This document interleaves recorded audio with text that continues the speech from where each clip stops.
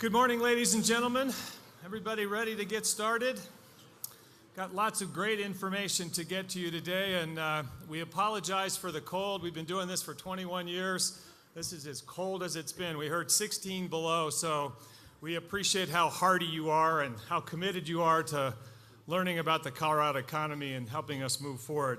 My name is Bruce Alexander. I'm President and CEO of Vectra Bank Colorado, and I'm pleased to welcome you to our 21st annual Vectra Economic Forecast Breakfast. I want to thank you all for joining us this morning, as well as our clients and colleagues across the state who are watching and participating in this event via our live webcast.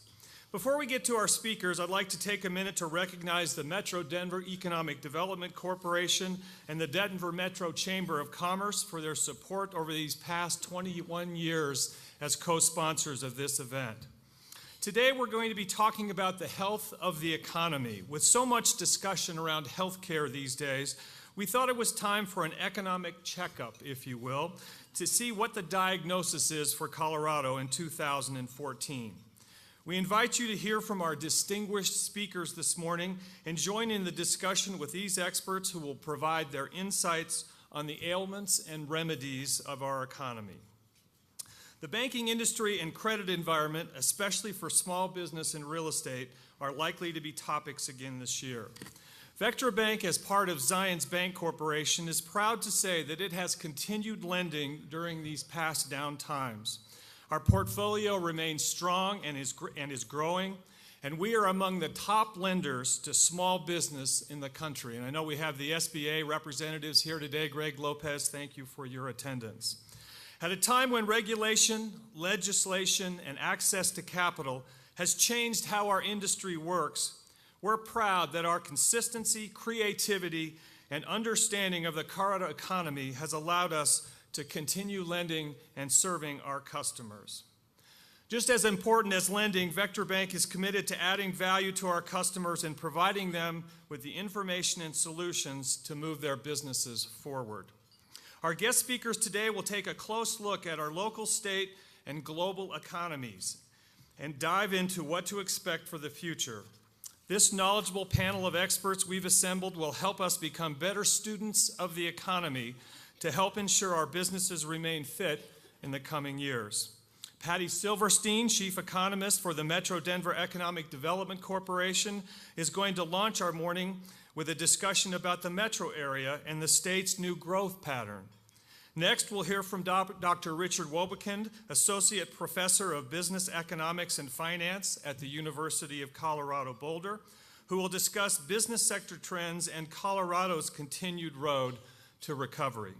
And finally, we'll have Dr. Phyllis Resnick, lead economist at the Colorado Futures Center at Colorado State University, who will discuss the long-term fiscal health of state government, all tying together.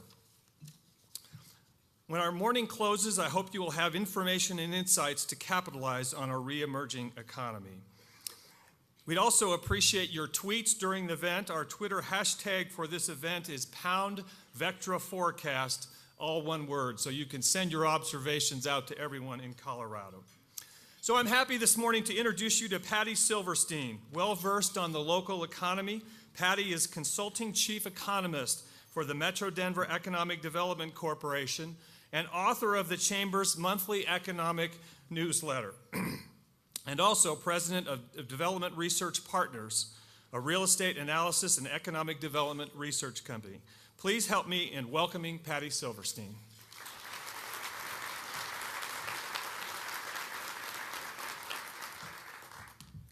Good morning, everybody. Well, we're going to heat this up a little bit and talk about the economy, right? Okay. And actually, you know, when we do look at where we have been, it was a really hot economy. So it should kind of get your blood flowing here. Now, as we move forward into 2014, we're going to be talking about that this is indeed a delicate balance. There's lots of great news that I'm going to share with you today. We're going to talk about how 2013 was really a year of records. We saw records in employment, records in housing, records in commercial real estate, in the stock market. All of this really setting the stage for 2014.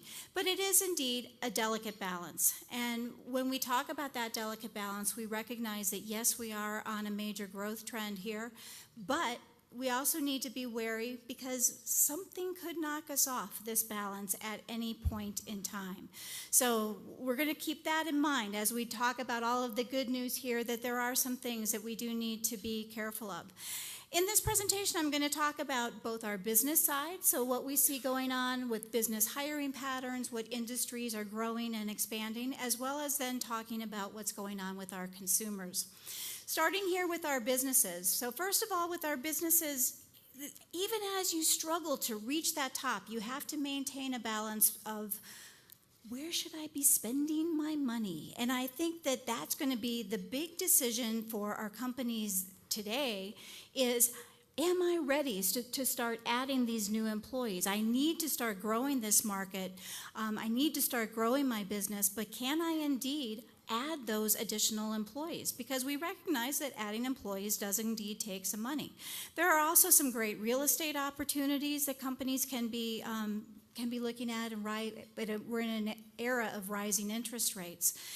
So our companies, though, trying to balance, can I add these workers? We know that our companies have indeed still been relatively cautious. We have about 18% of the companies here in the Metro Denver region that have said that I am going to be adding workers, and we're seeing that number generally going up from quarter to quarter, although when you take a look at this chart, you see that we are still well below those levels of where we had been prior to the recession. And we still are in this era too where most of our companies, indeed 78% of our companies, are saying, you know, I'm not doing anything. I'm not hiring, I'm not firing, I'm just going to really maintain kind of the status quo. Nonetheless, even though some of our companies are saying that they're not adding workers, they have been adding workers at a record rate. We saw a 2.9% increase in employment in the Metro Denver region in 2013. This was the strongest rate of growth that we have had since the year 2000 in our area. Also, and it's been relatively consistent. Our expectation is that as we look out into 2014, that we're going to see this strong growth rate continue. At the U.S. level, we're seeing a relatively consistent growth rate in that 1.6 to 1.8% type of number. In the Metro Denver region, though, you know, we economists are great at talking about this in terms of percentage terms. Let's actually turn this into some real numbers here, though. When we take a look at in the Metro Denver region that we had this 2.9% growth rate, that means that we added about 42,000 workers in the Metro Denver region here in the past year. Really nice. And what also happened in 2013 is that we finally reached the point that we can stop talking about that recession. We can stop talking about a recovery and really start talking about our new growth trend here, because we finally added back all of the jobs that had been lost during that prior recession. As we look out into 2014, we are seeing a relatively similar type of growth pattern. Our expectation is that we're going to be adding about 39,000 jobs. So again, continuing on to our whole new growth track. So if we're adding all of these jobs, what industries do we see growing and expanding within the Metro Denver region?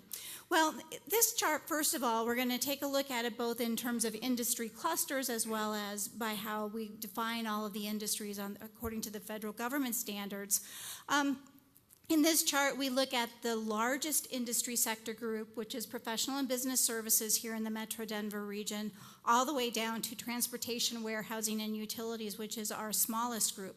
But notice then where the growth is happening, what industries we do see growing and expanding. The first thing to notice, though, is that all of the industries expanded in 2013.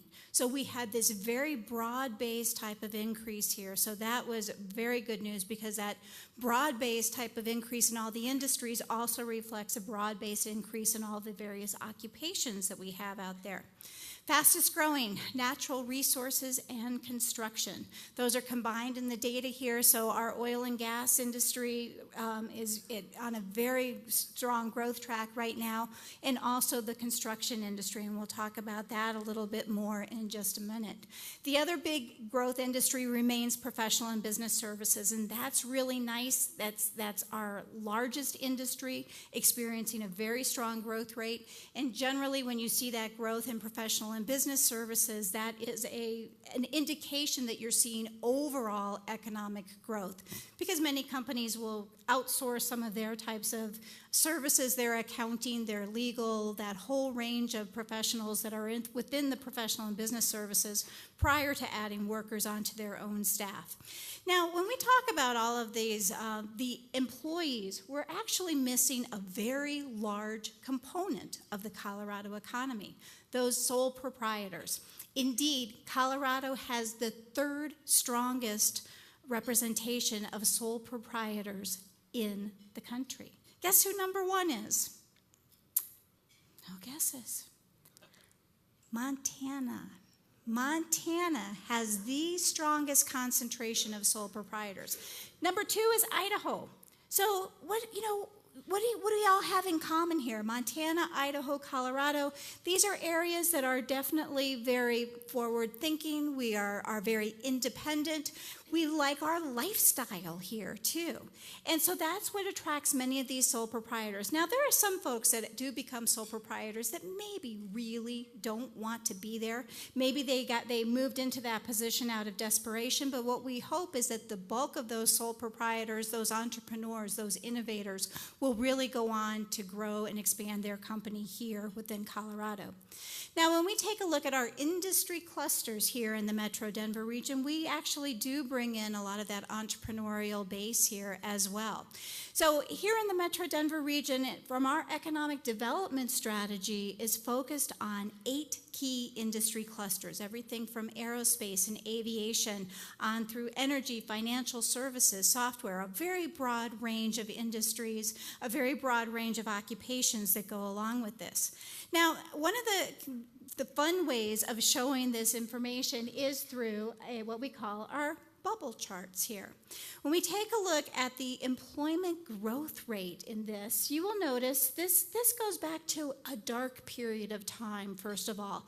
First of all, we're looking at this from 2009 to 2010. That red line, that vertical red line, marks the point of zero growth. So everything that was on that right side, or your left side of the line there, was a negative position. And notice that just a few years ago, all of our various industry clusters were indeed reaching a challenging point in time, had reached a challenging point in time, with the exception of clean tech that had continued to grow and expand. Fast forward now to our latest data, 2012, 2013. All of our industry clusters expanded in 2013. This was the first time that we have been tracking this particular set of industry clusters, the first time that we've seen across the board increases in all of our industry clusters. So let me highlight some of the key stories within these industry clusters in the past year.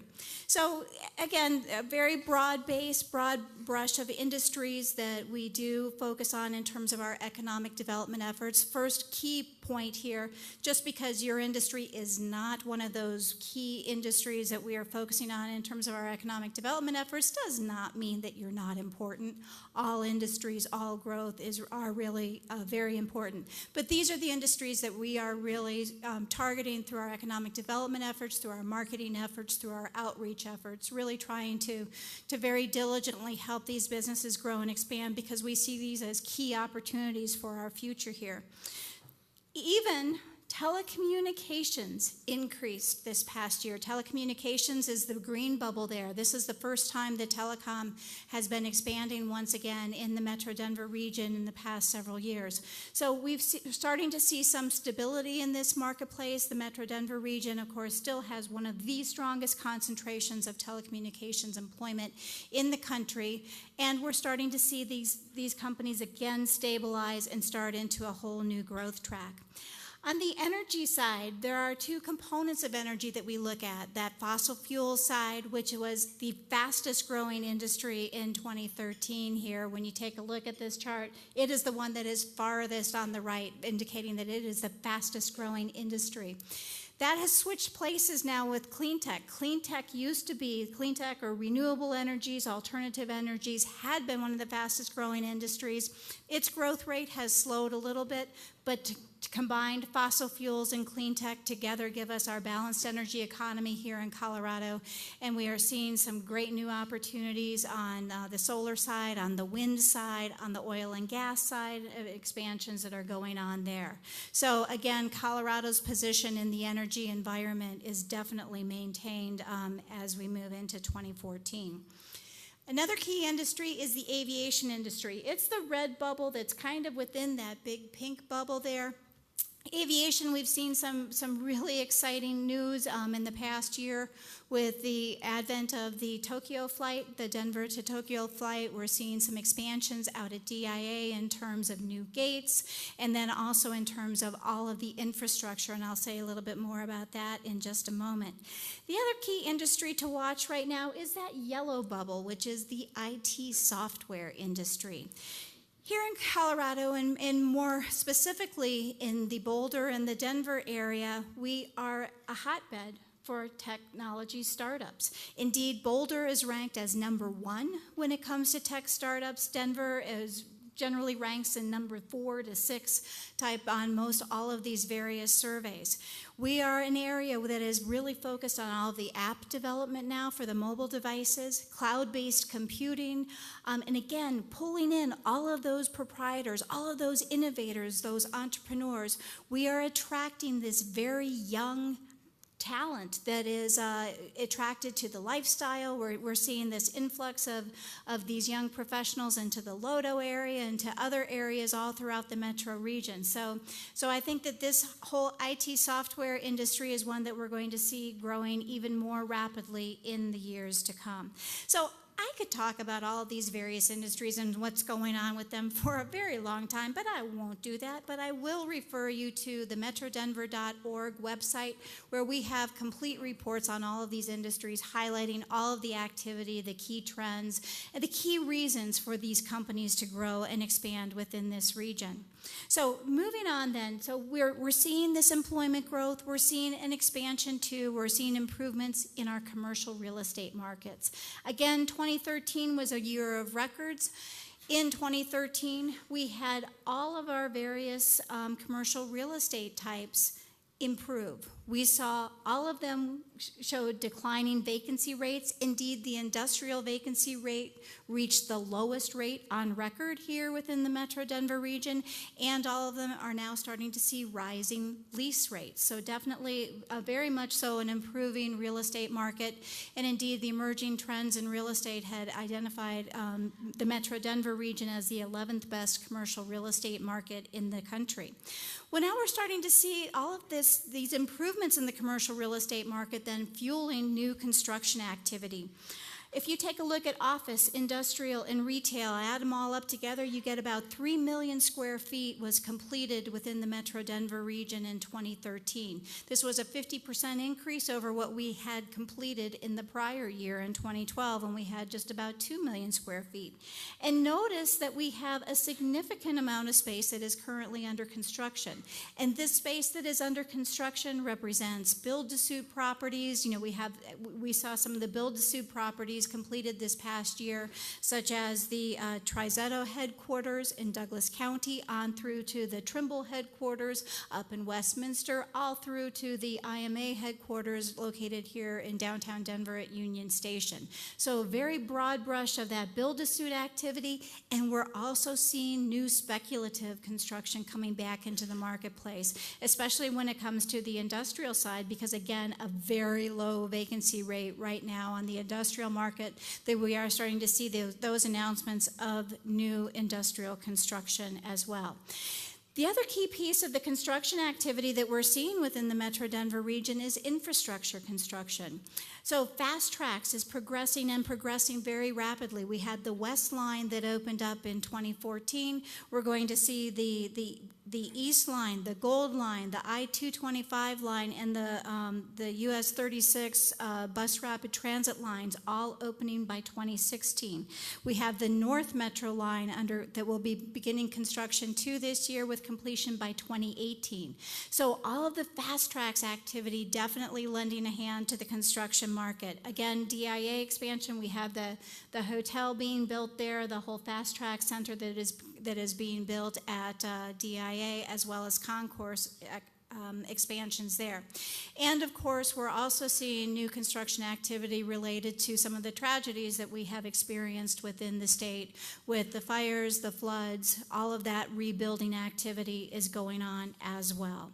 So, on the business side then, again, we're trying to balance all of that activity. We're trying to make sure that we are moving our businesses into a position that we can really continue to grow and expand. Consumers are also doing a major balancing trick. Now, okay, who can do this pose? Yeah?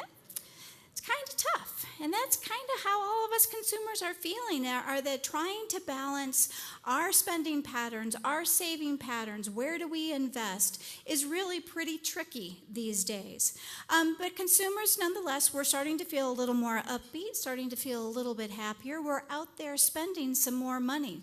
When it comes to retail trade sales, notice that 2014 we expect to be a little bit better year than it had been in 2013, although consumers definitely moved back out into the marketplace in 2013.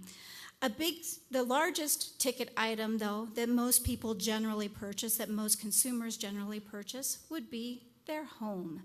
We had the highest level of home sales on record in 2013 in the Metro Denver area. Just a little bit above where it had been in 2014, but nonetheless, it is a new record moving forward. Now, notice our expectation, though, is that those home sales will pull back just a little bit in 2014, mainly because we're going to see slightly rising interest rates, but let's keep this in perspective. We are still at incredibly low mortgage rates. So don't be scared off by that. What's more constraining the marketplace is the fact that we have very limited inventory. Now, our residential developers have been responding by their back out building units once again. Indeed, we're going to be adding about 15,000 new units here in the Metro Denver region in 2014. So some of that inventory will start to come online. And notice that we're starting to see a little bit of push once again on the single family detached side.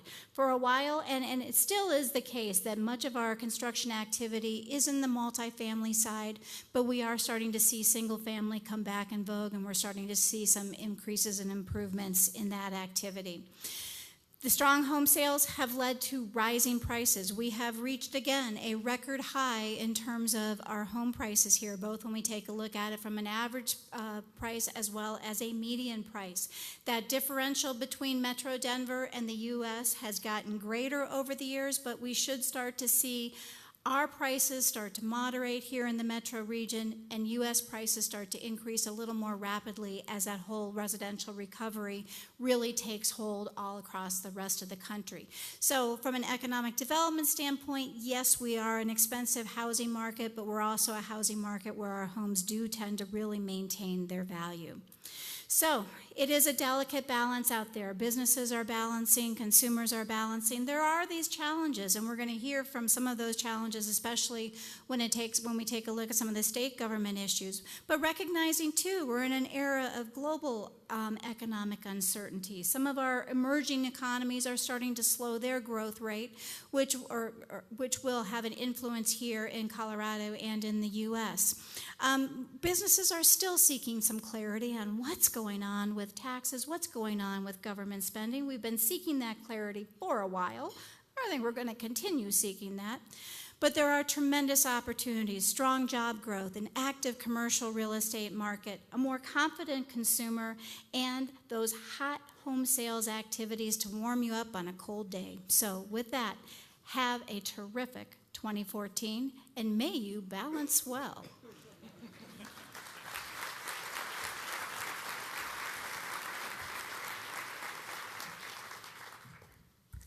Thank you, Patty, for all that great news. You know, it's February, the skies have been gray, it's cold as hell, the Broncos lost. Patty single-handedly will put everybody in a good mood with all that great information, so thank you. Over the history of this event, Vectra has been proud to support local organizations doing good things in the community. At our economic events, we started the tradition of making donations to these kinds of organizations instead of giveaways that we would give to you.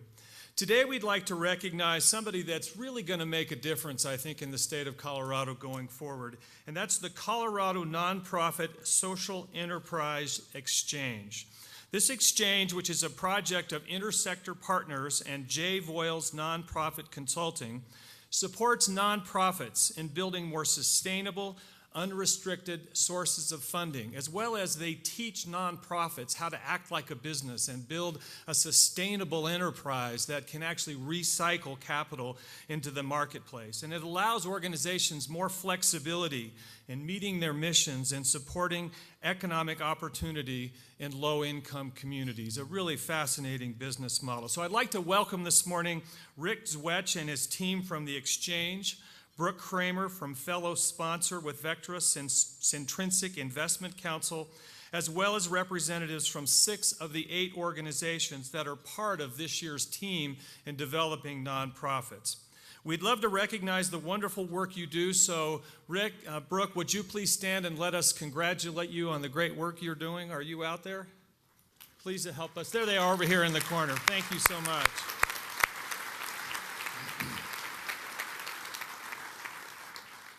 And thanks also to the folks who are part of this class of learning to build their organizations, from Youth on Record, Colorado Youth for a Change, The Gathering Place, Girls Inc., Children's Hospital Colorado Foundation, and the Denver Children's Advocacy Center, all supported by this team. We also applaud the efforts of Care and Share Food Bank and the Plains Conservation Center, who were not able to be here this morning. And the representatives from those organizations, are they here as well? Could they stand, please, and let us recognize their leadership in the community? We really appreciate that. Thank you so much for what you're doing. That's cool stuff. I'm now pleased to welcome Dr. Richard Wobekin. Rich is the Executive Director of the Business Research Division and Senior Associate Dean, that's quite a title, for academic programs at the University of Colorado in Boulder. In addition, he produces the quarterly Leads Business Confidence Index for Colorado and is president of the National Association for Business Economics. Please help me welcome Richard Wobekin.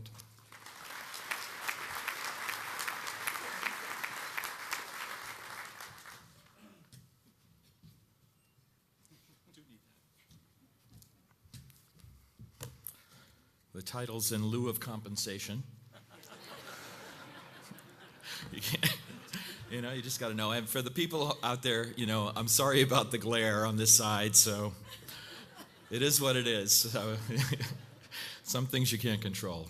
So this is going to be a higher level view than the one you just saw from Patty, but you'll see a lot of very similar discussion points. As we go through. I'm starting with the national economy. I'm doing a little bit on the national economy. Maybe. It's up there. It's not. Oh, it's not on the monitor, though. Oh. Can we get the slides on the monitor instead of the film, please? Or both? We do both? That's great. Okay, sorry. So we're going to start with the national sort of view and then come down to Colorado. And again, it's going to corroborate a lot of what you heard from Patty and her very interesting presentation on the Denver metro area. So nationally, you have to be talking about the national economy and the international economy when you're talking about the Colorado economy. More and more so as you see a lot of the growth along the Denver metro area and going north. Very much business-to-business types of companies, a lot of strong linkages with the rest of the country. So we're not an island out here. We're very, very linked to the national economy. And when you think of GDP growth running at 3 or 3.5% for the year, we should be seeing stronger growth and growing growth throughout the entire time period. And this, of course, leads to an interesting situation in terms of job growth. We see the job growth being fairly consistent, up in the 200-plus range, and again, continuing to whittle away at the high unemployment rate that we've had for, almost 6 years now. A small side note on that, when we talk about recessions, a lot of people believe that when you look at the recessions that you're talking about, a very quick recovery when you have a very steep downturn. But this was a financial recession. We had banking and the financial sector very much damaged in the process. And the only other really comparable downturn in the U.S. has been, of course, the Great Depression.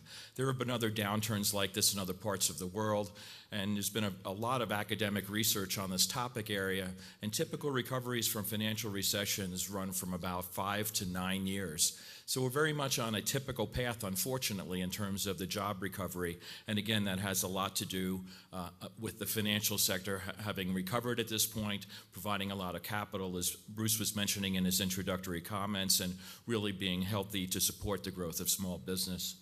So we look at the sort of components of GDP as we go forward, and just to talk about this a little bit in context of your business, of course, one very important piece for the nation, but very much for Colorado as well, is the level of consumption.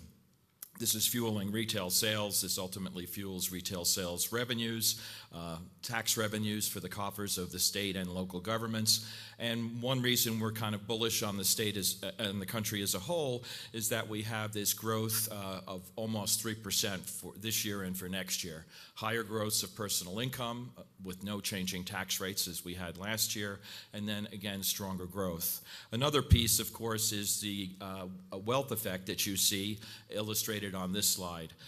We had this incredible drop-off that we all experienced during the recessionary period, about 11 quarters of significant drop-off in household wealth, and now we see a very strong recovery, and in fact are at higher levels than we were pre-recession for the nation as a whole.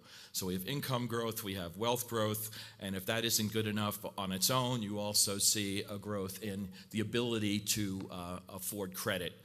Even though we have a lot of consumer credit on the balance sheets at this point in time, having financed so many homes at much lower rates, having financed car loans at extremely low rates. In fact, the amount of income it takes out of the total personal income to fund credit on a monthly basis is at records that goes all the way back, as you can see on the slide. 1993, we're at lower levels than we were all the way back for the last 20 years.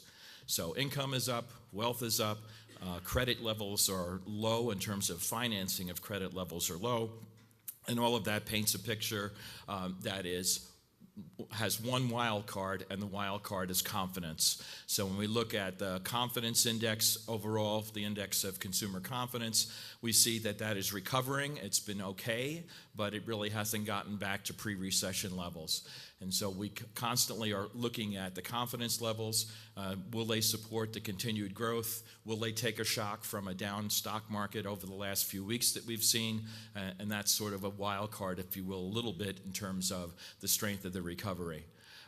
All of that said, what we see is vehicle sales and retail sales nationally that are quite strong, not quite at pre-recession levels on the vehicle sales side, but still very strong in the grand scheme of things. And again, retail sales running at pretty good rates until the last month or so. We had a really bad month of data in December. A lot of people are blaming it on weather, and that will hold up till Friday. And then Friday we get the employment report, and if we get another bad employment report after having a bad employment report last time, I think the weather's going to get off the hook, and we're going to have to say, are we struggling here a little bit? It's not all about the weather. Although, frankly, I expect a better report, and I do think it has been a lot about the weather, but that's been part of the background. Of course, as I suggested, we have a lot of business-to-business in this area, B2B types of companies. And so when we're looking at the overall strength and recovery going forward, if you don't have strong business investment, you're not going to have a strong recovery. And as you can see from the slide, we see profits being, while not huge as they were post-recession, profit growth rates, still very strong growth rates for 14 and 15, and fueling what we think will be very solid business fixed investment numbers for both this year and next year. So we're painting a picture of strong, relative relatively strong consumption growth, relatively strong investment growth, and what winds up at the end of the day is sort of the weak part, as you'll hear me say, but also hear in sort of the next discussion, is going to be the role of government. And so when we look at the grand picture, we see business confidence also being fairly strong both in the manufacturing side and the non-manufacturing side. Again, this is a piece of data that had a bad number in the past month that looks like weather on the left-hand graphic. And so we had this downturn. We'll see whether that's maintains itself or whether it goes back up as we get the kind of weather adjustments going forward. A big piece of investment at the national level is housing. I know a lot of us think of housing as a consumption good. You know, we live in it, it's a household kind of thing. But in fact, the government counts it in the investment category, residential investment. And so a piece of that sector being strong would certainly be a continued housing recovery. And while we have seen interest rates going up, as we have started to see the effects of some tapering, the mortgage rates going up, you can still see in any sort of historical context, housing affordability is as good as it's been since the early, better than it's been since the early 1980s, with the exception of the last couple of years. This based on housing prices, on interest rates, mortgage rates, and also on income levels. So even though we might see a little bit of an effect from higher mortgage rates, or we are seeing some effect from higher mortgage rates, we don't think that's enough to derail what's going on in the general picture. And so we have housing construction growing at about 1.1 million units this year. Again, in historical context, the 35-year average is 1.5 million housing units, so we're really still below the national sort of averages in this area, and we're rebuilding sort of the base as we go along. And so again, our strong forecast for the U.S. economy has a significant component that relates to the construction industry continuing with growth. And I might add, it's not just in residential and nationally or even in Colorado. It's now moving on to commercial and industrial, which I'll show you a little bit about in a moment. So as we look at the grand scheme of things, I told you this was one sort of ugliness. Unfortunately, what you see as you look forward with the federal budget is it gets better for a little bit and then it gets worse. And as we get older as a country and as we have more Social Security collections and Medicare payments and all of those kinds of things, Medicare outlays, we start to see a more difficult situation, something I'll come back to here in a little bit. So we just put Janet Yellen in, the first female chair of the Federal Reserve. This is, I think, a really strong moment for the U.S. in terms of putting a wonderful person in control who has tremendous talent, and if you have never read her bio, unbelievable experience in the Federal Reserve System and also in background research on monetary policy. I'm very enthused about her appointment personally, and as I think is being suggested, as you look out, we're going to have, my belief is short-term rates will stay low well into 2015 and beyond, and what you're going to see is some continued tapering in terms of smaller and smaller purchases on the monthly basis by the Federal Reserve, which will ease them out of the sort of long-term market. I think if there's a disruption in the recovery, if we start to see 2 or 3 bad months of data, they're going to be very data-driven. So I don't expect them to be just we're going to have continue tapering less and less every month, unless they data supports that they should continue to exit. But that said, I think they'd like to get back to being a more normal Federal Reserve. More normal Federal Reserve, focuses on the short-term interest rates and gets out of the long-term market. And I personally think that's really healthy for the economy. We really want that to happen. We want that transition to occur, but it needs to occur in an orderly way. So my summary at the U.S. level is that GDP is growing as the year progresses. The housing market is in recovery. Balance sheets are getting stronger. This is particularly corporate balance sheets, bank balance sheets, but also home balance sheets in terms of the servicing of that debt. Everything but the federal government at the national level has really nice balance sheets. Consumers staying in the marketplace, which is a good thing. The fiscal drag continues, the slowing of government expenditure growth But it's a much smaller issue than it was a year ago, so that's a strong thing as well. Continued tapering, inflation very low and stable, but not deflation, at least in our forecast. And once again, the bottom, the dark cloud is federal government finance, and especially when we get to 2020 and beyond, we start to get into significant issues with federal government finance. So looking at Colorado, and again, tying back to some of the things you already heard, we have been a population growth state fairly consistently, a little bit weaker back in the 2001 recession. For those of you who experienced that, we had a little bit less inflow of people to the state, but nonetheless, we're amongst the top 7 states for percentage growth, 9th fastest for absolute growth, so we continue to be a desirable place. We're 22nd in overall population, and yes, there will be a quiz in 8 minutes. We'll continued net migration into the state. We have people coming into the state at a fairly brisk pace, but very importantly, the bottom bullet on this slide, if you can see that, 83% of the population is in the 12 Front Range counties. And what we are seeing with population growth since this recession has subsided is that it's much higher growth rates along the Front Range. And much lower growth rates in other parts of the state. In fact, about half the counties in the state are losing population as people migrate out of the rural areas and are moving more to the urban areas. So although I'm painting a pretty rosy picture of the Colorado economy and where it is right now, that is a little bit of a challenge. Our forecast that came out, released in December, very similar to what you heard Patty say. We have 66,000 jobs. We think after the date is revised, statewide, we're going to see about 66,000 jobs. Very high growth rate, highest since 2000, as you also commented on. And although we have a little bit weaker growth this year, it'll still be the 2nd fastest growth year since 2000. So we have a very kind of positive picture.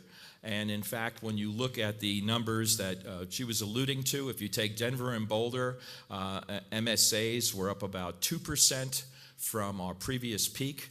Colorado is up above its previous peak, and the U.S. at this point is about 1% below previous peak in terms of historical context. And for those of you who may have come down from even further north, the Fort Collins area is even higher in terms of its recovery rate. It's the strongest growth rate amongst the different MSAs in Colorado. So we do see very much a Front Range-centric recovery, but we also see solid recovery for the state overall. And this gets reflected in our forecast. This is going forward, not going back to Patty's numbers from last year, but going forward to this year. We have growth in every sector except information. Information, you had positive growth for last year. And we, in terms of important sectors for Denver or for this area, you heard her talk about professional and business services. Also, trade, transportation, and utilities, the third one up on the left-hand side, but all the way across education and healthcare, leisure and hospitality, all the way across the picture, you see the number of jobs being added. And the mining one is a small slice. Percentage-wise, it's a big number, but it's a small slice. It's a relatively small employment base, but I would echo Patty's comments, huge contributor to the growth in the economy right now, the energy sector. So when we look around the metro areas, one thing we're seeing is really attractive kinds of unemployment rates, 6.2% seasonally adjusted at this point for the end of the year, and growth rate here only of 1.9%, but again, this data is lagging tremendously and is going to get adjusted, so we're seeing very, very strong growth, and again, you can sort of see at least Greeley and Denver, Aurora, Broomfield as the sort of stronger growth areas December over December. This one is sort of really, if this isn't a positive slide, I don't know what would be. So for this year, 2014, we think Colorado will be the 6th fastest growing state. And going forward with the longer term forecast, we think next year will be in the number 3 slot. So the story here is really sustained growth, not just growth, but sustained growth as we look at the grand scheme of things. And when we go back and see the revised data for 2013, we're going to be somewhere around 5th or 6th in terms of growth last year as well. So very, very solid. And again, one of only 14 states that has gone beyond the previous peak in terms of its employment. So very, very solid growth.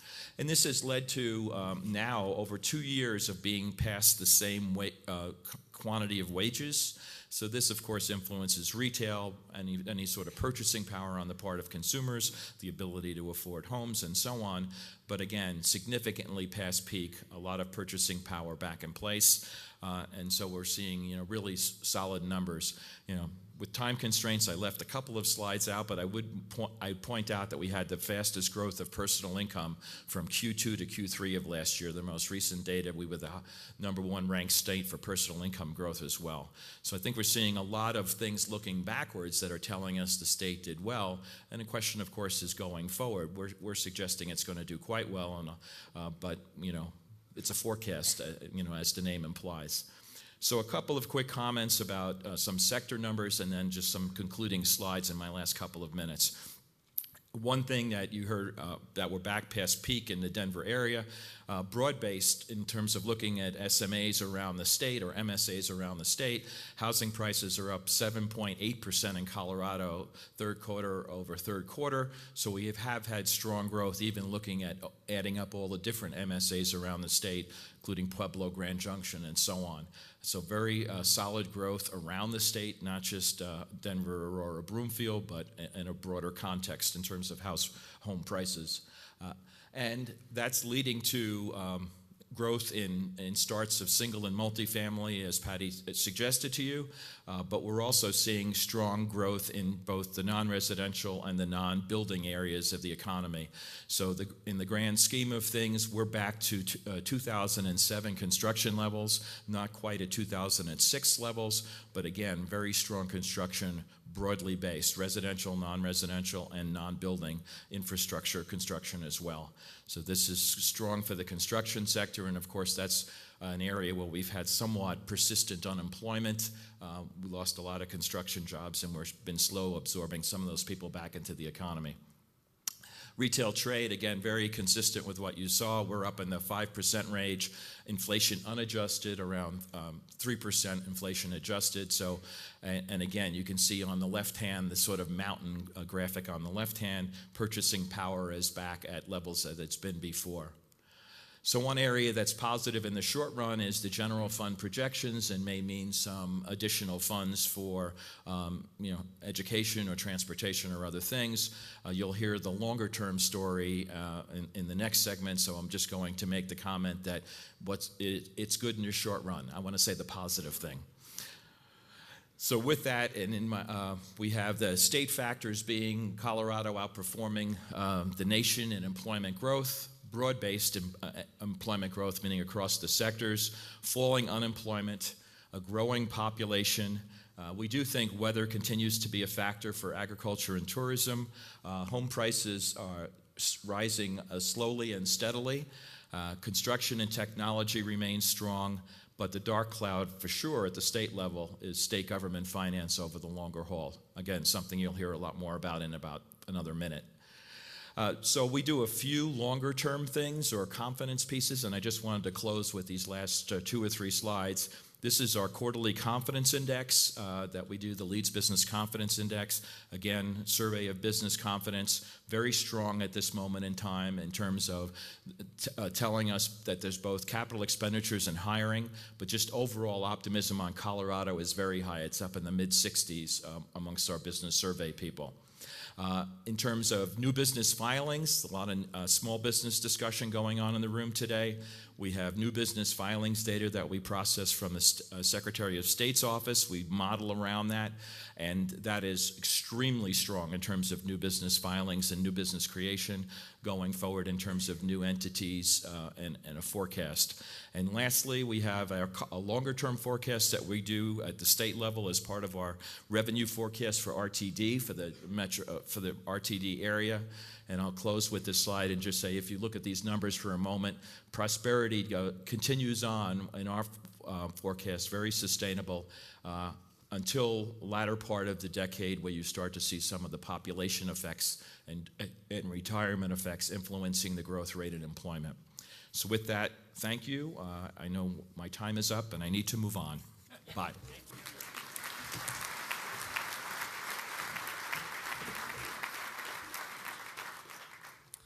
Thank you, Rich. I've had the opportunity to work with Rich for a lot of years, and I think you can see that he's one of the most thoughtful, knowledgeable economists with whom we've worked, and we really appreciate his support. We appreciate it so much, I'd like to ask that all of you consider making a donation or a contribution to the University of Colorado Leeds School of Business and the new fund, the Dr. Richard Wobenkin Increase in Compensation Fund. And I'll send a letter to Bruce Benson on that topic today. I hope you don't mind. Good luck on that one. Yeah, good luck on that one. I understand. Well, that'll set Phyllis up here in just a second. But before we get to our final speaker, we'd like to honor the winner of our annual prediction survey. You know, we do this every year. And after our forecast breakfast, we send a survey to attendees asking for their predictions on things like the stock market, how it's going to perform, what the unemployment rates are, what's going to happen to mortgage rates. More than half of those that responded were right on the mark when it came to where the Dow would close. I find that fascinating. And where the Fed would adjust rates. The other half were fairly pessimistic about how Colorado would shape up through 2013 by predicting that the unemployment rate would stay over 7% and that job gains would fall below 50,000. For those that chose those predictions, I'm sorry to say, you're not a winner. We're not going to give you anything. But I am happy to say that we had 4 individuals who predicted the top results, and we're happy to give them each a $50 gift card. The winners this year are Chuck Ward, Wade Hauser, Tim Yeager, and Connor Overstake. If they could stand and you all could applaud their intellectual capacity.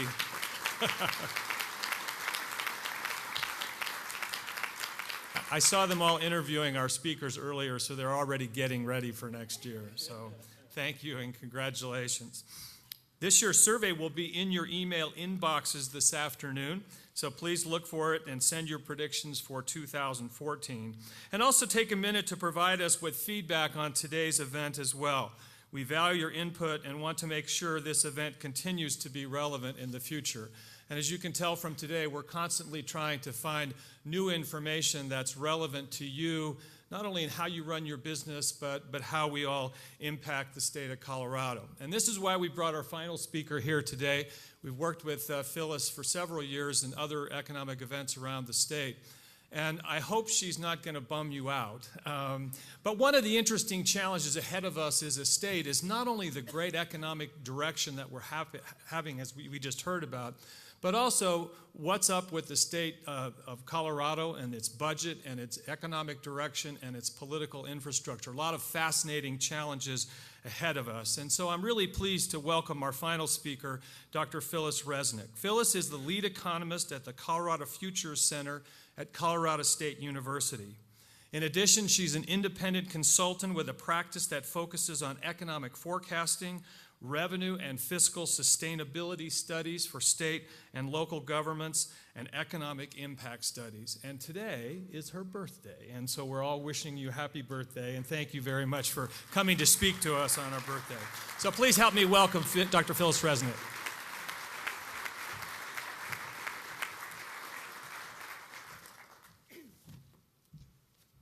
Well, good morning, and excuse me.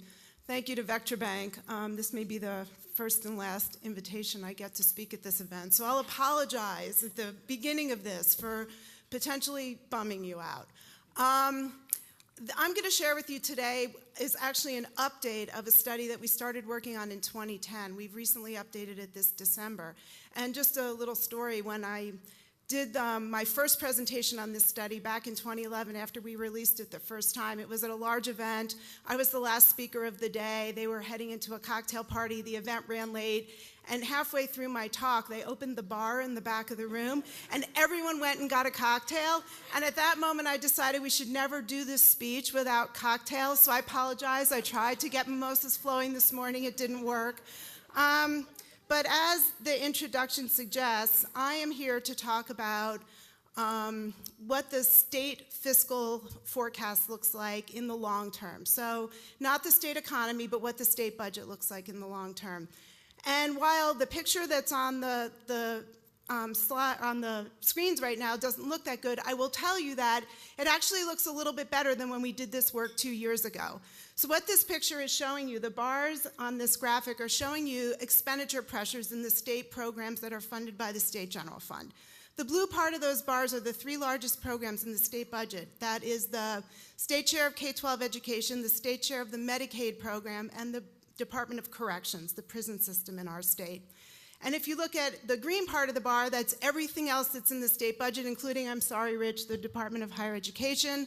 And you see the yellow line running up the chart that shows you our forecast for revenues. And, you know, I don't have to tell all of you that when your revenue number is below the top of your expenditure bars, you have a little bit of a problem.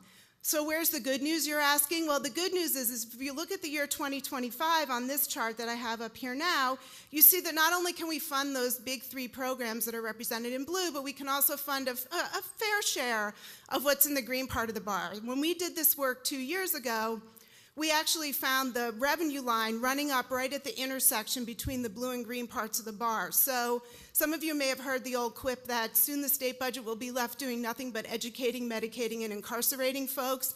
That is exactly what we found when we did this work a couple of years ago. Like I was saying, the picture looks a little better now, so the question is why, and I'm going to skip through some slides here. Perversely, the reason it looks better is we had a recession. Now you're all sitting there scratching your heads going, well, how can that possibly be a good thing? It wasn't good for households, it wasn't good for businesses.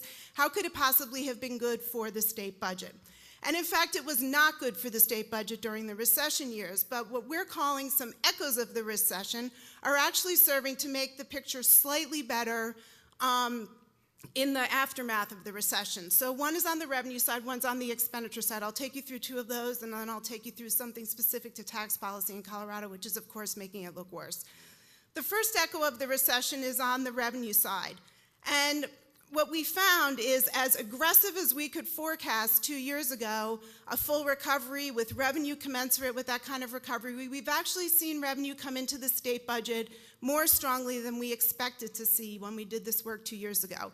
We firmly believe that had everything to do with the unprecedented levels of Federal Reserve stimulus that were running around the economy. So it fueled an equity recovery, it fueled a housing recovery, which led to higher levels of capital gains, led to people purchasing new houses, furnishing them, spending a lot of money on things subject to the sales tax, so on and so forth, which generated revenue for the state budget that was in excess of what we thought was going to happen. However, you never want to be too optimistic when you're an economist. We don't expect that to persist all the way out to the year 2030. We've had close to double-digit growth in state revenues. The two largest sources of revenue to the state general fund are the income tax and the sales tax. Both of them have performed very well in the last couple years. But like I said, we don't expect to see that continue to happen, and we particularly don't expect it to continue to happen with respect to the sales tax.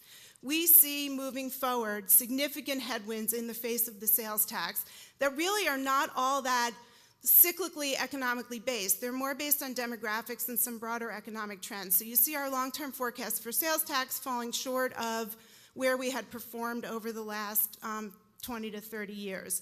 So why do we see these headwinds? Well, in no particular order. The first one is represented by the little yellow bar that looks very little on this graphic because we have mortgage debt up there along with all other sources of household debt.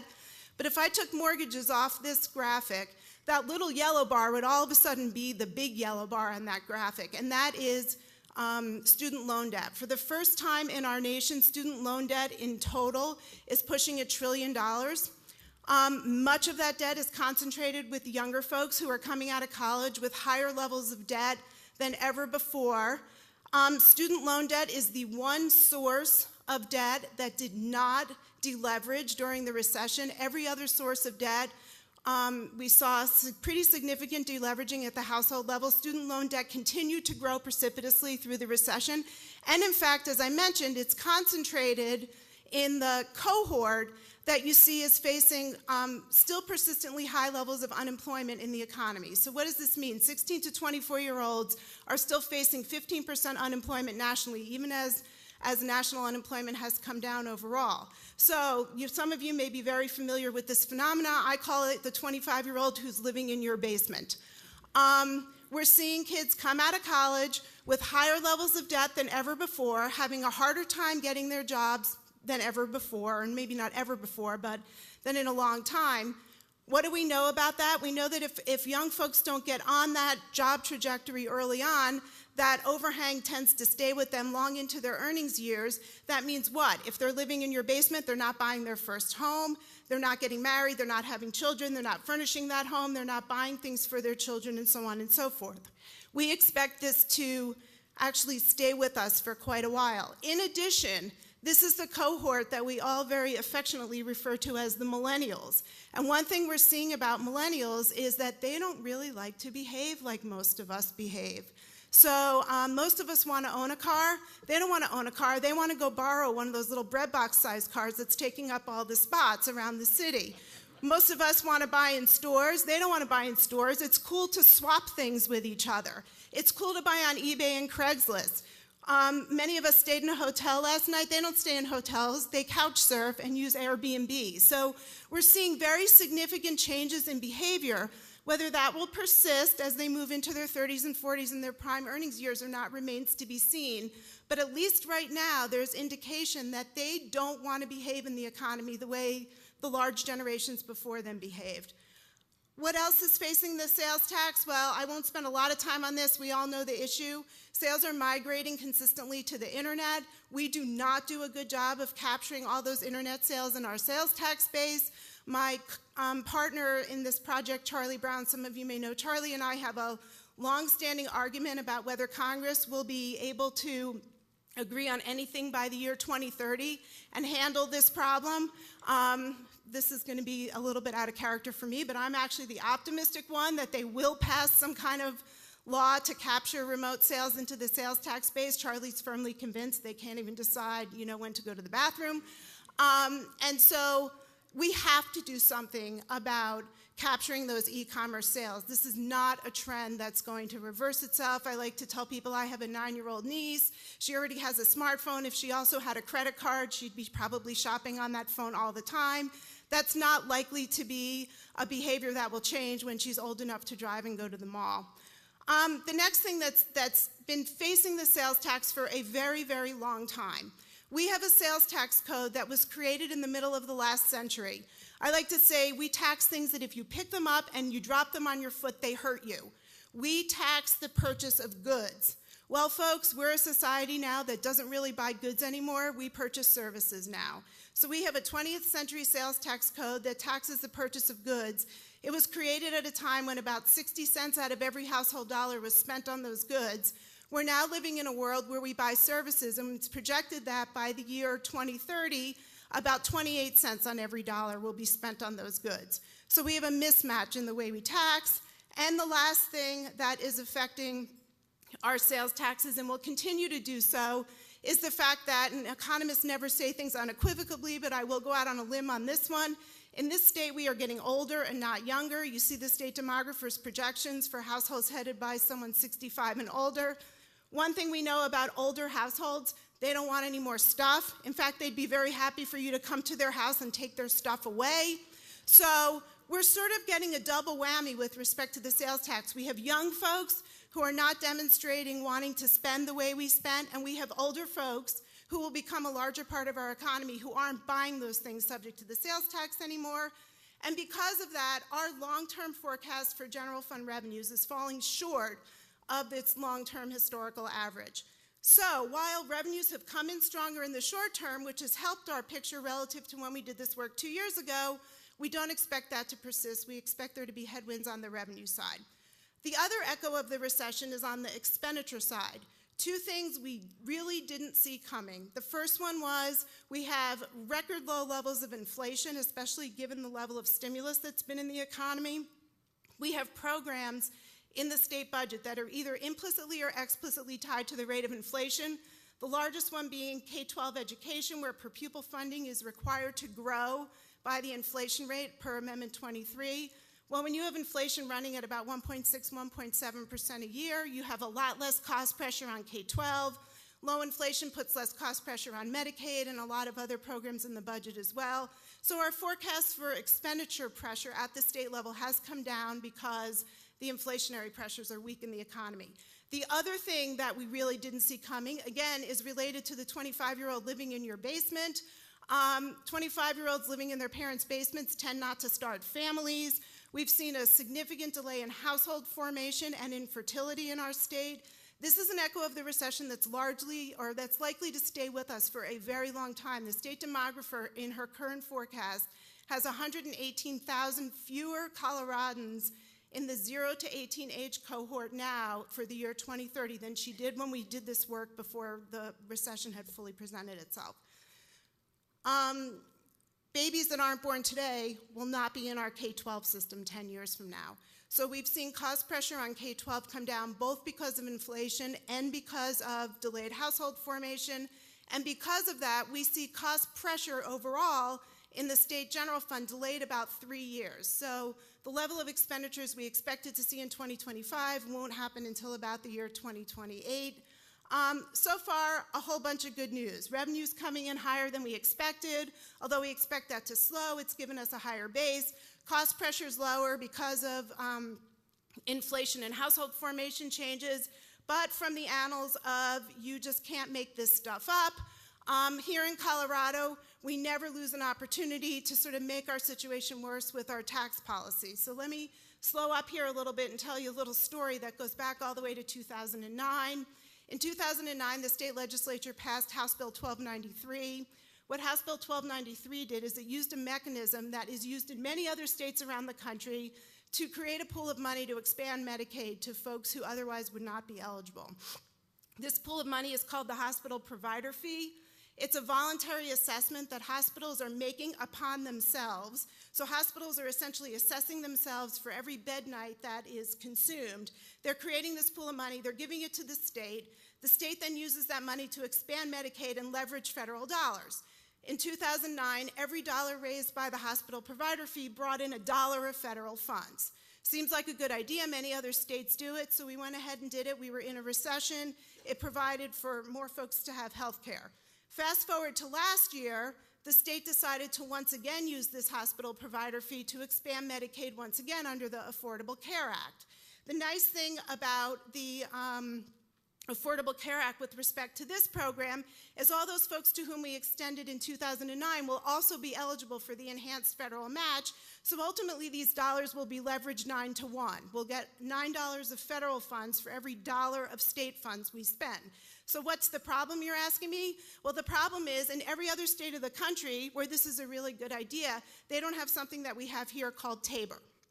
And what's happening is this hospital provider fee is projected in our forecast to grow quickly enough that it is going to force a breach of the TABOR limit, we think, in the year 2017 to about the tune of $100 million, growing to about $900 million in the year 2030. We don't think that there would be a breach of the TABOR limit at all if the hospital provider fee were not one of those revenue sources subject to the TABOR limit. So let me be clear here. It's not the federal dollars that are causing it. It's these state dollars that the hospitals are assessing upon themselves in order to leverage federal dollars that are forcing us to breach the TABOR limit and causing TABOR refunds. Well, the legislature made a decision right after TABOR passed in 1992 to use the general fund as the source of TABOR refunds. So think about this perverse story. Hospitals are assessing themselves, creating a pool of money, leveraging federal dollars 9 to 1, expanding Medicaid, using those funds to give back to the hospitals to provide medical services to folks who otherwise wouldn't afford it. But because we're breaching the TABOR limit, while that's happening, it's forcing the general fund to make refunds out the back end to the tune of the amount that the hospital provider fee is forcing the breach of the TABOR limit. So we think by the year 2030, about a third of that gap I showed you on that first slide is directly related to the fact that the general fund is going to be forced to make refunds. At the same time, we're probably going to be cutting programs to live within our budget because the hospital provider fee is creating Medicaid services for low-income Coloradans. That's something we really need to deal with. Actually, let me not skip through this one. So the question is, what do we do about this situation? We are clearly living in a situation where our long-term picture is unsustainable. It's no different than most other states in the country. It's certainly no different than the federal government. It's being caused in many cases by forces that are beyond the natural cycles of the economy. It's being forced by demographics. It's being forced by economic changes that have happened more broadly in the economy, but we have to find a way. The state has to live within its budget every year. It can't borrow like the federal government does, so it's going to have to balance. So we're often asked, well, what would happen if we tried to balance this budget year over year by just cutting our way out of this problem? And again, Rich, this is where I apologize.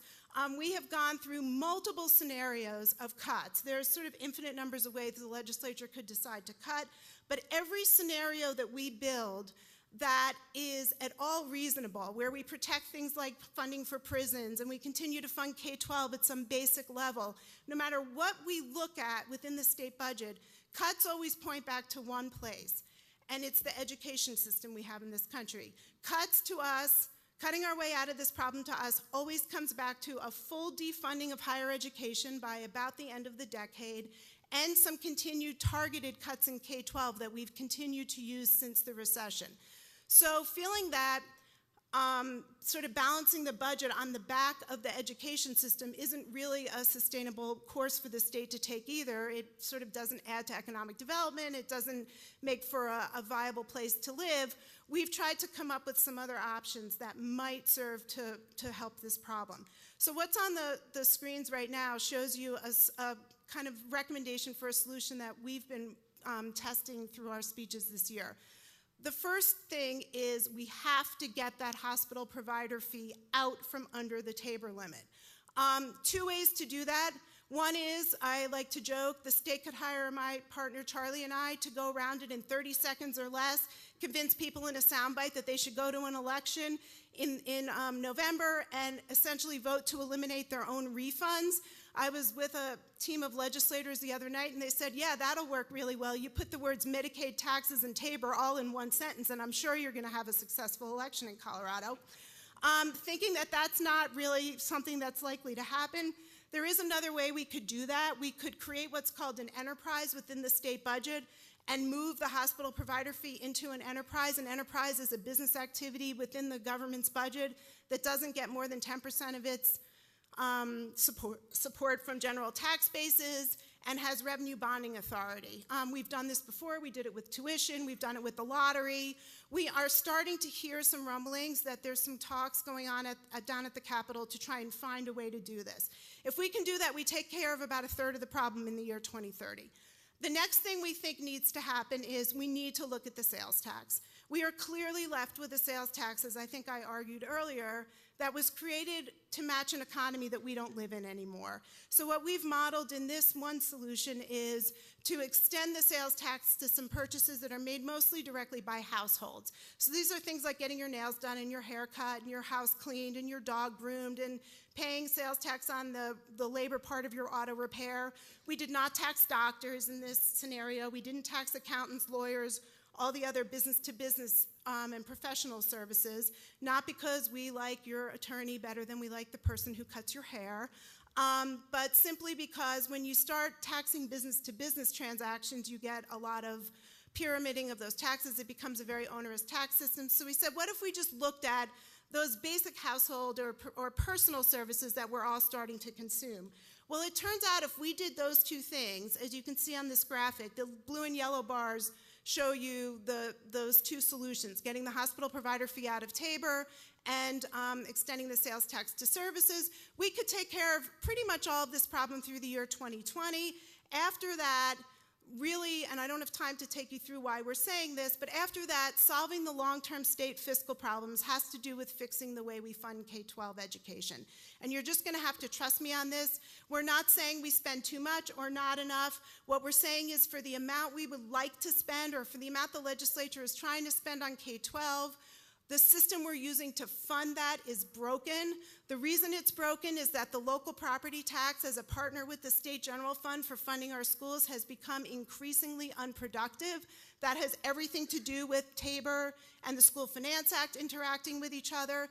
And what it's essentially resulted in is a forecast that we have that by the year 2030, the state general fund will pay for about 70% of all K-12 expenditures in the state. If you went back 50 years, the state general fund paid for about 30% and the local property tax paid for 70%. So we have denuded the local property tax to the point where we've put the responsibility for funding schools almost completely on the state general fund, which is squeezing out every other program in the budget. So I see I'm out of time. I will simply say that when you look out 30 years or out to the year 2030, which is only about 18 years, 17, 16 now years from now, there's always risks to the forecast. I won't read you all of these. I'll end with a couple of stories. The first one is when I first gave this presentation, the chancellor at CSU was in the room, and he said, well, the good thing about doing long-term modeling is that none of us will be alive in the year 2030 to have to account for this. And I looked and I said, I'd kind of like to be alive in 2030, so I'm going to tell you all the things that could possibly be wrong with my forecast. I will also point your attention to the bottom bullet on the screen here and just make a little plea again with a story. When I started this work about 3 years ago, I was talking with a friend of mine who does aging policy at the national level, and I was explaining to him the pressures we're seeing on revenues and so on and so forth in the state, largely related to aging, and the cost pressures on Medicaid because of aging. And he said to me, well, Phyllis, I don't understand. I was at an event, and the speaker got up and said, we have plenty of time to deal with the impending retirement of the baby boom, and this was back in 2011. I looked at him and I said, Bill, how can that be? It's already happening. And he said, well, what I didn't tell you is that event was in 1984. And so this is something we all knew was coming. It's an overused metaphor, but I think we've kicked the can down the road about as long as we can. We have to deal with the sustainability of state finances, or all the good economic news is still going to result in a degradation of services that we all rely on in Colorado. So with that, if you can just indulge me for a second to acknowledge the other folks on our research team. I'll put up our website, and I'm sure we can make it available. We have far more materials on the study on our website, and I do also want to acknowledge the Colorado Trust, who has generously supported our ability to get off I-25 to present this study. We do a good job of going up and down I-25, but we decided we needed to get out to the Eastern Plains and the Western Slope. And we also decided that we needed to reach the folks who are really going to need to deal with this problem, which is the folks who are still living in your basement. And since they get most of their information off the web, the Trust has also funded for us a TED Talk that will be up on our website hopefully in the next 2 to 3 months. So I would hope you'll draw attention to that for us and get some young folks interested and actually engaged about this issue. So hope I didn't depress you too much. Thank you for sharing your morning with me.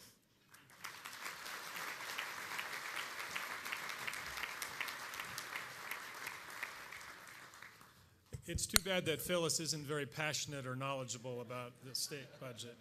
But I think you can see why we added her to the program this year, because it's important to understand the local economy. It's important to understand the federal and state economy. It's important to understand what's happening at the Federal Reserve. But a lot of it is important to understand what's happening in our own state. And I think this issue about how we all interact with the demographic changes, the governmental changes, the state tax policy changes, I think we believe as a company, and hopefully you do as well, that we all need to engage in this topic because it's going to impact our future. And so we hope to begin that discussion today, and I think you can see why we felt it of value to add to the program. So please help me in thanking our 3 incredible speakers today, Patty, Richard, and Phyllis. I think they did a fabulous job. So we have a few minutes left. I told you we'd have you out of here exactly at 9 o'clock. We have a few minutes left for questions. We have microphones, I think, on both sides of the room. So if you have a question, if you'd raise your hand and get it there. We also had some questions come in from the webcast. And so while people are trying to get to the microphones, I will ask one question that any of the 3 of you can ask, but Dr. Wopikin, maybe we could start with you, is a lot of people are sensing that there's good news, but they're not sure how real the recovery is, especially in light of the very aggressive monetary policy, low rates, Is this economy real and economic recovery real? And what happens as this stimulus is withdrawn? Well, I tried to address that a little bit in my comments, but you're seeing a lot of pickup in the industrial sector. And so when you get to real recoveries, it's about housing, it's about industrial, it's about software sales, which have been incredibly strong, and it's about R&D, and there's a lot of R&D going on. But there is a trick in terms of the exit strategy, how much tapering is going to impact interest rates. And in our view, that's 50 basis points or so at this point. But other people are suggesting maybe 100 basis points. Well, does that slow the housing down enough that instead of having a 3.5% growth rate, we have a 2.5 or 2.75 or something? But I guess the theme that I was trying to say is we see very much right now sustainable growth nationally, and especially sustainable growth in Colorado. The numbers are all pointing, new business formations really pointing to strong growth over a longer haul. Thank you. And I'm just going to take the liberty of being at the podium and ask a personal question of Phyllis. So you brought all these issues up. What will be the forum or forums in Colorado to begin to address these issues? And how can some of our guests today really pay attention to this and participate in perhaps some of the suggestions that you talked about? Is this on? Is this on? Yeah, I guess it is now. Well, what we're doing is we're spending about as much time on the road trying to educate folks about these issues, but we certainly can't do it alone. So I hate to say this, but you might have to be the curmudgeon and the boring person at the cocktail party, because as we know in Colorado, addressing these issues probably means going to the ballot. And so as much as we speak and try and get people engaged in these issues, to a large extent I think we're preaching to the choir. We're going to need some real sense around the state that there's some things that need to be changed. The legislature can't do very much because of all the restrictions we have. So the more we can rely on networks of, the folks that and so on and so forth to get out and explain to people. It's a hard story to tell right now because since we are having a recovery and revenues are coming in stronger, there's this sense that all the problems are behind us. And as I think everyone said up here today, the short term and the long term look very different. So we do need, like I said, all of you. We're speaking to legislators and to leaders, business leaders, and to the governor's office as much as we can to try and get them behind doing something as well. But again, their hands are somewhat tied also. So it's going to need to be a real grassroots effort in Colorado to make some change happen. Great, thank you. Okay, do we have some questions? You got to ask some hard question. I'm not going to let you go until somebody asks a really hard question. Anybody? Okay, we've got one in the corner. Thank you, sir. I noticed there was no discussion as it relates to Obamacare and the effects that Medicaid is going to have when the federal government discontinues their subsidies to the states for the Medicare increase. Could you address that, please? And secondly, on a different topic, what's the effect of extractive industries and taxation of extractive industries as oil and gas comes online more in Colorado? I know a little bit more about two than one. I don't know, do you have built one into yours? We're doing a lot of work on oil and gas right now, both with static and sort of dynamic modelings. The amount of revenue driven not just off of severance tax, which most people here would immediately associate with extractive industries, but actually property tax is a much, much bigger deal, and sales tax is a much bigger deal. So it's an industry that's deceptively small in employment and deceptively large in terms of fiscal contribution. That said, horizontal drilling depletes wells consume a lot of their output in the first year, has much higher depletion rates than what we've drilled in the past. So this is something that's going to have, in our view, a tremendous impact for the next 15 years, barring changes in legislation, but then actually gets tailed off in any of the models that we're running. So it has very high impacts in the short run. And it's extremely important for certain areas of the state. One of the things that I try to caution people in the Front Range. We might have our own views on some of these issues, but they're extremely important to places like Mesa County and Weld County and La Plata County, and I could go on, but there's about 10 counties where this is an extremely important industry. So very, very high tax revenues. I don't know if that was what you were asking, but basically they're really, really important for the revenue base of the places where they're located. That, again, well, I was going to say not without issues or problems, not without a lot of going on with, regulation of traffic and noise and some of the other major pieces, but it's a very important industry for the state. And there's an awful lot of secondary employment that Patty was referring to in her graphics in the downtown Denver area in terms of all of the support that's going on for these companies, the Nobles and the Encanas and so on. And I'll take a stab at your first question. With respect to Medicaid, what I think you're referring to, the federal subsidies don't actually completely disappear. What happens is they tail down from being 100% federal support for expansion populations to, at least what's in the law right now, a 90-10 split. So that's what I was referencing when I said the hospital provider fee will leverage dollars 9-to-1.